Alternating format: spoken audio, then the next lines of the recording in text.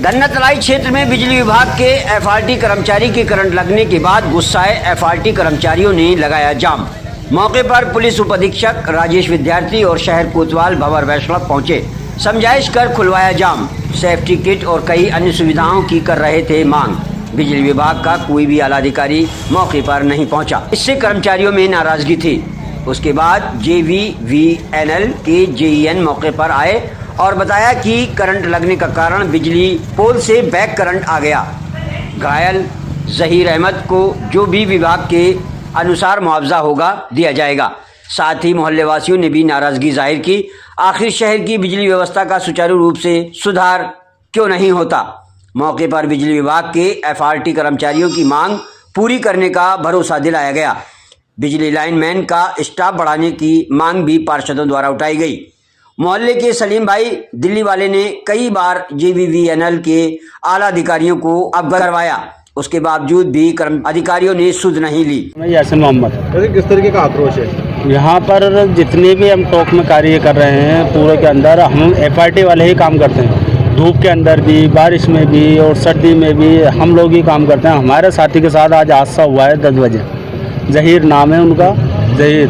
अब वो इस पोल पर काम कर रहे थे और करते करते इधर से सप्लाई जो चालू हुई उससे उन पर करंट आया। करंट आते ही वो नीचे गिरे, उनको सादा अस्पताल में भर्ती कराया गया। फिर अब जयपुर रेफर है वो। किस तरीके का आक्रोश यहाँ पे जाम लगाया था? जाम लगाया था तो उनको थोड़ा सा मतलब जो भी सरकार की तरफ से मुआवजा मिलता है, हमारी कंपनी की तरफ से मुआवजा मिले उनको, या हमारे जो भी उच्च अधिकारी हैं उनकी तरफ से जो भी उनको राशि मिले तो उनके गरीब परिवार है तो वो मतलब उनके काम में आएगा। सुबह से हादसा हुए हुए 4 घंटे गुजर चुके हैं। क्या कोई अफसर ने विद्युत विभाग के आपसे बातचीत की, समझाइश की? नहीं, सबसे फ़ोन पे बात हो रही थी। अभी वो लोग आए। हाँ, अभी आए ये लोग। जब से अब तक नहीं आया तो क्या मांग करना चाहेंगे? क्या संसाधन है आपके पास काम करने के? बहुत ज़्यादा समस्या आती है साहब। हर चीज़ के अंदर लेकर मतलब जो पब्लिक होती है वो भी हमारे पे, पार्षद लोग होते हैं वो भी हमारे पे, जनता भी हमारे पे बहुत मतलब हिम्मत से, और हम लोग मतलब सुरक्षा के लिए भी हमारे पास कोई ज़्यादा उपकरण नहीं है।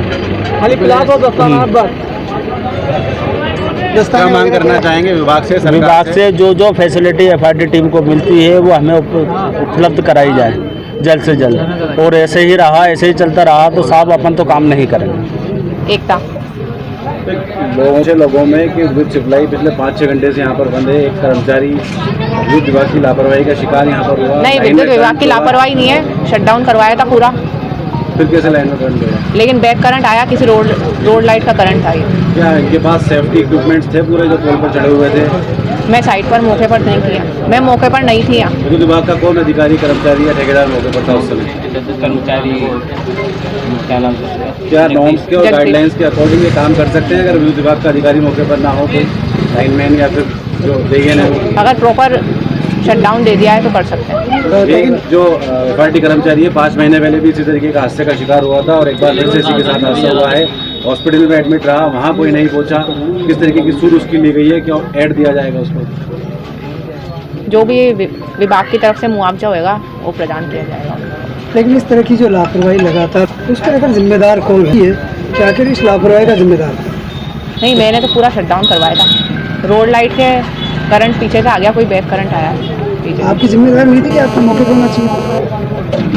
आप फील्ड के लिए, हाँ, ऑफिस के लिए तो नहीं है? फील्ड के लिए है। हम मेरा कुछ नहीं, शटडाउन लेने के लिए गई थी। 132 पर 132 kV GSS वहाँ से लेना पड़ता है। वहाँ से हमारे वजह से हुआ ये बैक करंट आया। क्या जांच होगी इसकी? हाँ बिल्कुल।